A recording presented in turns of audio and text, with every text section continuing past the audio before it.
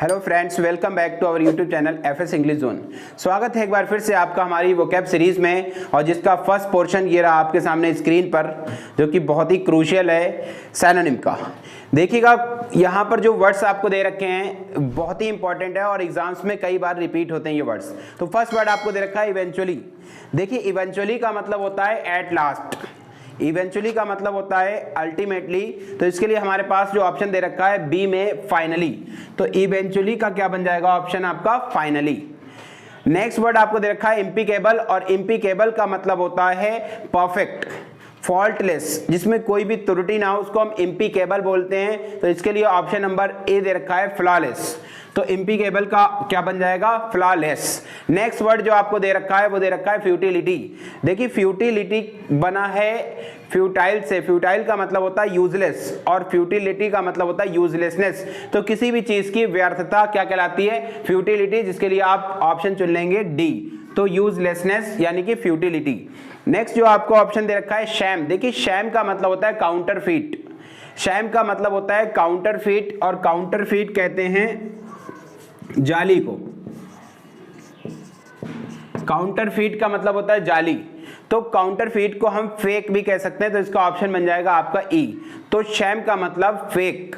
और next and last जो आपका दे रखा है वो आर्डुअस दे रखा है, और आर्डुअस का मतलब होता है डिफिकल्ट, हार्ड से निकल कर आता है। तो इसका ऑप्शन बन जाएगा सी, आर्डुअस का मतलब होता है डिफिकल्ट, इसका ऑप्शन बन जाएगा सी, और इसका आपको दे रखा है ऑप्शन नंबर ई।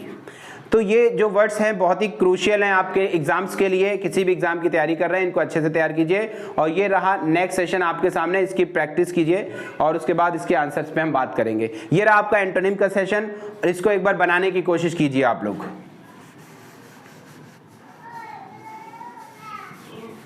देखिए इसमें फर्स्ट वर्ड हमें दे रखा है कैकोफोनी। देखिए कैकोफोनी का मतलब डिस्टरबेंस होता है, शोरगुल भी से आप बोल सकते हैं, डिस्टरबेंस, नॉइज।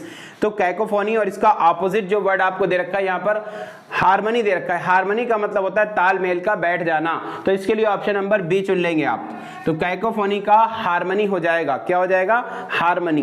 नेक्स्ट वर्ड आपको दे रखा है फ्लुएंट। फ्लुएंट का मतलब होता है बिना रुके, कंटिन्यूअसली जब कोई काम कर रहे हैं, आप इंग्लिश बोल रहे हैं, you are speaking English without any hurdle, बिना रुके आप बोल रहे हैं, तो आप फ्लुएंट बोल रहे हैं, तो उसका अपोजिट हो जाएगा हाल्टिंग। हाल्ट जो होता है ये रुकावट होती है, तो इसका अपोजिट क्या हो जाएगा ऑप्शन नंबर सी हाल्ट हो जाएगा। तो फ्लुएंट का हो जाएगा हाल्टिंग। और एडवर्सिटी, थर्ड वर्ड आपको दे रखा है एडवर्सिटी। देखिए एडवर्सिटी का मतलब होता है पॉवर्टी, मुसीबत, परेशानी किसी भी तरीके की, माइजरी। तो इसका अपोजिट हो जाएगा प्रॉस्पेरिटी, और प्रॉस्पेरिटी का मतलब होता है समृद्धि, खुशहाली। खुशहाली को प्रॉस्पेरिटी, और जबकि परेशानी और मुसीबत को एडवर्सिटी कहा जाता है। नेक्स्ट वर्ड आपको दे रखा है रिलक्टेंट।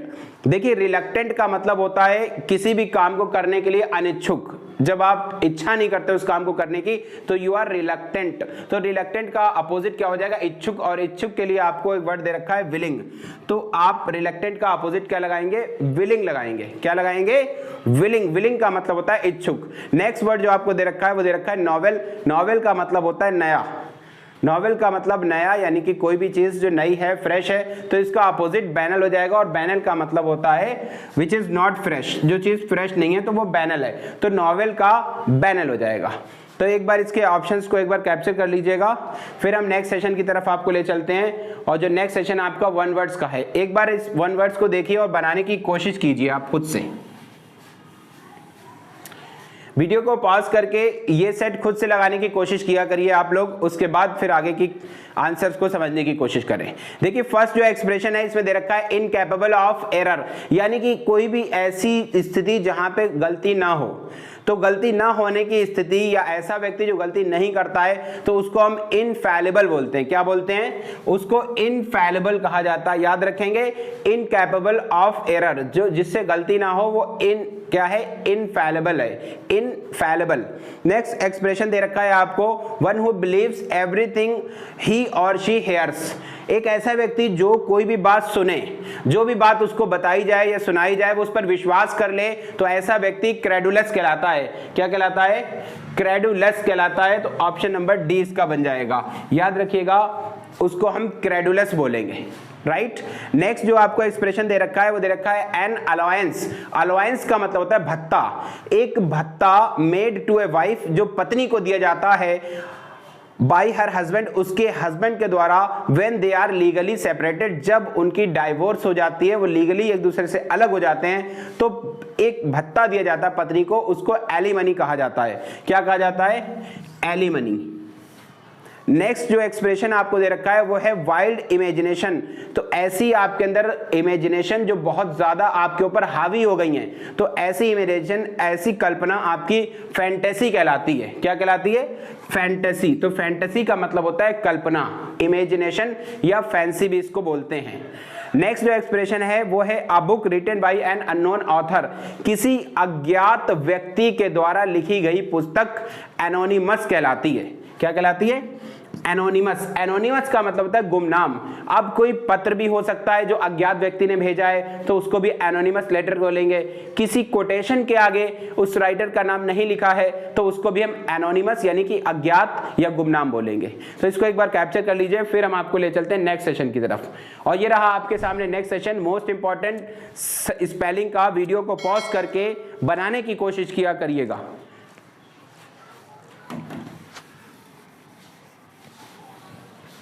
तो इसमें फर्स्ट वर्ड जो आपको दे रखा है वो आर्कियोलॉजी दे रखा है, ARCHAE,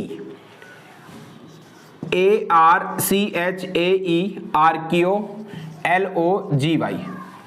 देखिए जो फर्स्ट वर्ड दे रखा है आर्कियोलॉजी, ARCHAEOLOGY, तो इसका ऑप्शन आपको सी मैच कर लेंगे, तो ऑप्शन सी बन रहा है। तो आर्कियोलॉजी क्या होता है? ये एक ऐसा विभाग होता है जहां पर पुरानी चीजों की स्टडी करी जाती है, तो वो पुरानी चीजों की स्टडी करना क्या कहलाती है? आर्कियोलॉजी कहलाती है।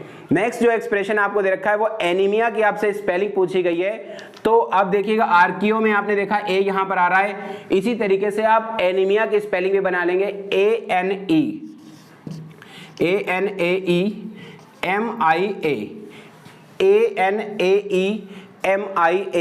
एनीमिया। तो एनीमिया की स्पेलिंग भी आपके सामने। नेक्स्ट जो वर्ड आपको दे रखा है डिस्कम्फर्ट, डिस्कम्फर्ट की सही स्पेलिंग होगी DISCOMFORT, डिस्कम्फर्ट, DISCOMFORT। नेक्स्ट है एब्रीविएट। देखिए हमने आपको बताया था एब्रीविएशन होता है किसी चीज को संक्षिप्त रूप में लिखना। क्या कहलाता है? एब्रीविएट कहलाता है। तो ABBREVIATE, एब्रीविएट का मतलब होता है छोटा करना। तो स्पेलिंग ध्यान से देखिएगा, कई बार रिपीट हो चुकी है spelling, ABBREVIATE, abbreviate. Next word दे रखा है वो आपको दे रखा है एंटरप्रेनर। देखिए एंटर पहले लिखेंगे आप, कैसे लिखेंगे? ENTER नहीं लिखना है। उसके बाद में आपको प्रेनर कैसे लिखना है? PRE,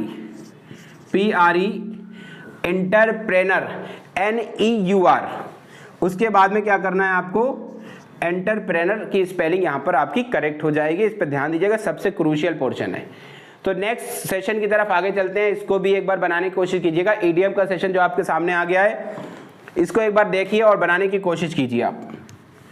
एंटरप्रेनर, एब्रीविएट छोटा करना, डिस्कम्फर्ट, एनीमिया और आर्कियोलॉजी, ये जो है क्रूशियल वर्ड्स हैं, रिपीट होते हैं जनरली। देखिए नेक्स्ट जो आपके सामने एक्सप्रेशन दे रखा है वो दे रखा है इडियम्स का। उसमें पहला एक्सप्रेशन है अ क्लोज फिस्टेड पर्सन, तो जो बंद करके मुट्ठी काम करता है, खर्च करता है, अर्थात एक कंजूस व्यक्ति, अ माइजर। तो अ क्लोज फिस्टेड पर्सन क्या कहलाता है? माइजर कहलाता है, कंजूस कहलाता है, जिसे हम थ्रिफ्टी भी बोलते हैं, जिसे स्पेंड थ्रिफ्ट भी बोला जाता है, जिसको पार्सीमोनस भी बोला जाता है। क्या बोला जाता है? पार्सीमोनस। स्पेंड जो थ्रिफ्टी है, जो कम खर्च कर रहा है, इसका अपोजिट होता है एक्स्ट्रावेगेंट। क्या होता है? एक्स्ट्रावेगेंट या लेविश। लेविश का मतलब होता है खर्चीला, एक्स्ट्रावेगेंट का मतलब भी खर्चीला, माइजर का मतलब कंजूस, पार्सीमोनस मतलब कंजूस। इससे रिलेटेड एक वर्ड है इकोनॉमिकल, और इकोनॉमिकल का मतलब होता है किफायती, जो भविष्य के बारे में सोच के चलता है, तो उसको हम इकोनॉमिकल बोलते हैं। नेक्स्ट एक्सप्रेशन दे रखा है टू फीदर वंस नेस्ट, यानी अपने नेस्ट में ही फीदर करना, अर्थात मौका देख के अपने में ही, अपना हाँ ही फायदा करना। तो इसके लिए आपके पास ऑप्शन जो दे रखा है, ऑप्शन सी में, to enrich oneself when opportunity occurs, अपने आप को बढ़ाना, जब आपको मौका मिले तो मौका मिलते ही अपने आप को ही आगे बढ़ाना, अपना ही फायदा करना, क्या कहलाता है? To feather one's nest. इससे रिलेटेड एक और मुहावरा होता है to feather add a feather in one's cap, तो कैप में एक फीदर ऐड करना means to gain an achievement, किसी उपलब्धि को प्राप्त करना, तो फीदर इन वंस कैप होता है। नेक्स्ट एक्सप्रेशन जो आपको दे रखा है वो दे रखा है our school is within a stone's throw, हमारे स्कूल क्या है, ए स्टोन्स थ्रो है of the railway station, railway station से अ स्टोन्स थ्रो है, इट मीन्स वेरी नियर, तो अ स्टोन्स थ्रो का मतलब होता है वेरी नियर, पास के सेंस में यूज करते हैं, तो इसके लिए ऑप्शन आपके पास बन जाएगा D, at a short distance, at a short distance, तो एट अ स्टोन्स थ्रो का मतलब क्या होगा, at a short distance. Next जो एक्सप्रेशन आपको दे रखा है, I want to tell you in a nutshell lust for money and power ruined her life, मैं आपको इन अ नटशेल बताना चाहता हूं कि जो पैसे की भूख थी उसकी और पावर की जो भूख थी उसने उसका भविष्य खराब कर दिया, तो इन अ नटशेल का मतलब होता है इन ब्रीफ, शॉर्ट में, इन अ नटशेल का मतलब क्या होता है, इन ब्रीफ, शॉर्ट में, तो इसके लिए ऑप्शन नंबर ई आपका बन जाएगा, इन अ ब्रीफ मैनर। नेक्स्ट जो आपको दे रखा है एक्सप्रेशन वो दे रखा है ही immediately set about organising the department, तो सेट अबाउट का मतलब होता है टुक स्टेप्स टूवर्ड्स, किसी और आगे की तरफ बढ़ना, तो इसका ऑप्शन बन जाएगा ए। तो एक बार इसको कैप्चर कर लीजिएगा और फिर हम नेक्स्ट सेशन की तरफ आपको लेके चलते हैं। देखिए नेक्स्ट सेशन है होमोफोन्स का, इसको बनाने की कोशिश करना है, ध्यान दीजिए इस पर। देखिए जो फर्स्ट आपको एक पेयर दे रखा है वर्ड का, इसमें ब्रीडल और ब्राइडल दे रखा है। देखिए ब्रीडल का मतलब लगाम होती है, ब्रीडल मतलब लगाम होती है, जबकि ब्राइडल का मतलब ब्राइड से संबंधित, रिलेटेड टू ब्राइड जो है वो ब्राइडल होगी, ब्राइडल मेकअप, ब्राइडल ज्वेलरी, तो ब्राइडल मतलब ब्राइड से संबंधित और ब्रीडल मतलब लगाम, तो इसके लिए ऑप्शन क्या मिलेगा आपको, ऑप्शन मिल जाएगा इसका सी, ऑप्शन बन जाएगा इसका सी। तो यहां पर रेंस, रेंस मतलब लगाम, और ऑफ ब्राइड का मतलब ब्राइड से संबंधित, तो ये आपको डिपेंड करता है आपके ऊपर, सेंटेंस आपको मिल रहा है तो आप वहां पे क्या वर्ड यूज करेंगे कि ब्रिडल यूज करेंगे या ब्राइडल यूज करेंगे, तो दो वर्ड में से आपको एक चुनना है, तो आपको दोनों वर्ड्स की नॉलेज होना चाहिए। नेक्स्ट वर्ड दे रखा है बेनिफिशियल और उसके साथ पेयर में दे रखा है उसका होमोफोन्स में बेनिफिशिएंट। देखिए बेनिफिशियल का मतलब होता है यूजफुल और बेनिफिशिएंट का मतलब होता है काइंड। बेनिफिशियल का मतलब यूजफुल और बेनिफिशिएंट का मतलब होता है दयालु, काइंड, तो इसके लिए ऑप्शन आपका बन जाएगा ई। क्लियर है? तो बेनिफिशियल मतलब यूजफुल और बेनिफिशिएंट मतलब काइंड या दयालु। नेक्स्ट जो आपको एक्सप्रेशन दे रखा है वो है आपका बिसाइड। देखिए बिसाइड का मतलब होता है बाय द साइड, कोई भी चीज आपके पास में है तो बिसाइड, जैसे Ramesh is sitting beside Suresh, तो रमेश सुरेश के बगल में बैठा है, तो बिसाइड का मतलब बाय द साइड, पास या नियर, और जबकि बिसाइड्स का मतलब होता है के अलावा, इन एडिशन टू, बिसाइड्स, तो आपका ऑप्शन बन जाएगा ए, ऑप्शन नंबर ए। तो beside Ramesh, Ramesh is sitting beside Suresh, या besides Ramesh Sohan is also present, तो बिसाइड यानी रमेश के साथ साथ सोहन भी प्रेजेंट, इन एडिशन टू के लिए हम बिसाइड्स का यूज करते हैं के अतिरिक्त, के साथ साथ। नेक्स्ट जो एक्सप्रेशन है आपका वो है बेयर, और उसका जो ऑप्शन दूसरा दे रखा है बेयर। देखिए बेयर BEAR, इस बेयर का मतलब होता है सहन करना, बेयर का मतलब क्या होता है, सहन करना, जबकि BARE, इस बेयर का मतलब होता है नेक्ड, यानी कि विदाउट कवर, यानी कि he was moving bare feet, यानी कि नंगे पैर चल रहा था, तो बेयर का मतलब नेक्ड हो जाएगा, तो इसके लिए ऑप्शन चुन लेंगे आप बी, राइट। नेक्स्ट जो आपको लास्ट एक्सप्रेशन दे रखा है बॉर्न, BORN। देखिए बॉर्न का मतलब होता है जन्म लेना, बॉर्न का मतलब जन्म लेना, जबकि BORN ई जब लग जाए तो बेयर का मतलब सहन करना भी होता है, ये तो पता ही था आपको, तो ये थर्ड फॉर्म हो जाएगी सहन करना की।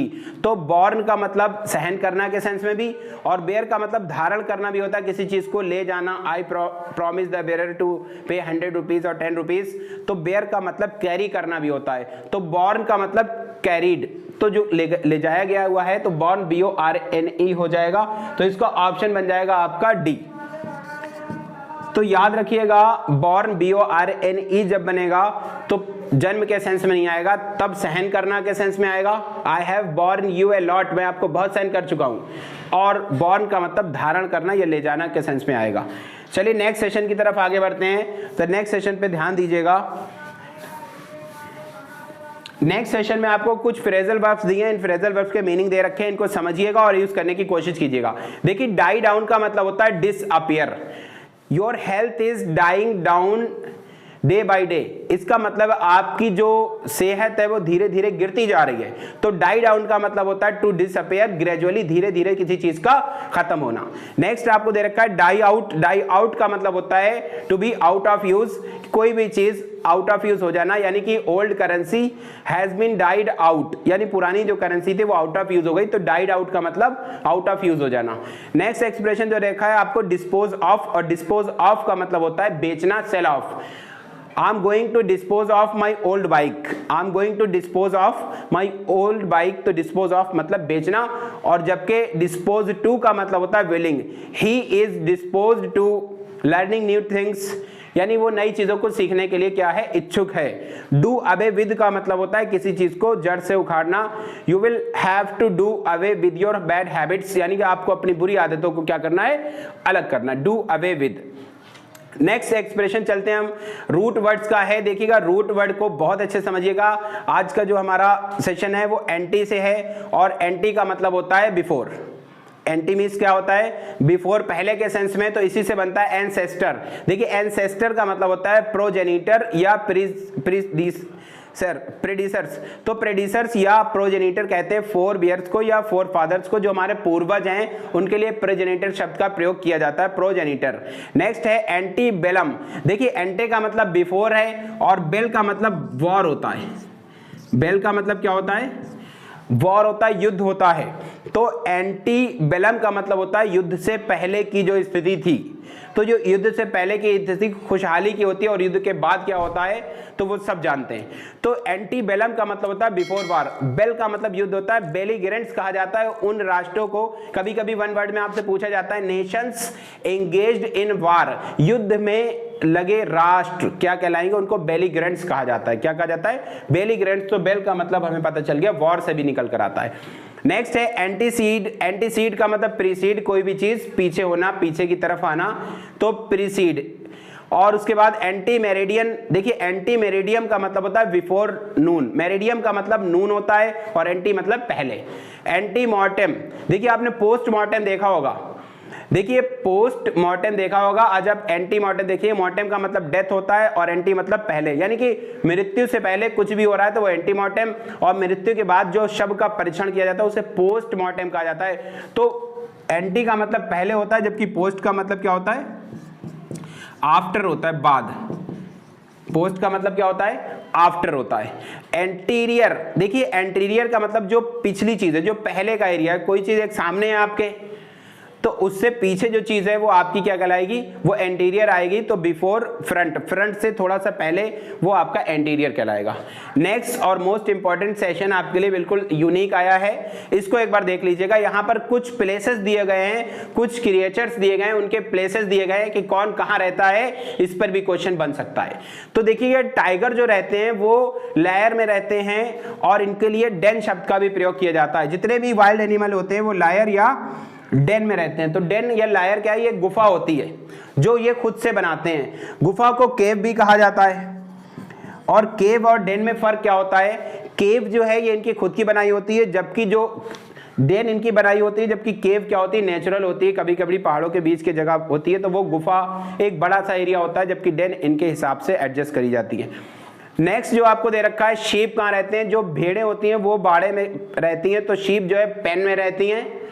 तो शीप का जो रहने का स्थान है जो वो पेन कहलाता है। जबकि पीजन, जबकि कबूतर जो है वो डव कोट या केज में रहते हैं, उनके लिए एक धाबली टाइप की बनी होती है, पिंजरा टाइप का होता है, तो वो डव केज या आपके केज में रहते हैं। जबकि माउस होल में रहता है, डॉग कैनल में रहता है, स्पाइडर जो है आपका मकड़ी जो है वो जाला बनाकर रहती है, वेब में रहती है। जबकि रैबिट जो खरगोश है वो बरों में रहता है, वो थोड़ा सा गड्ढा बना के कहीं पर और उसके अंदर वो रेस्ट करता है।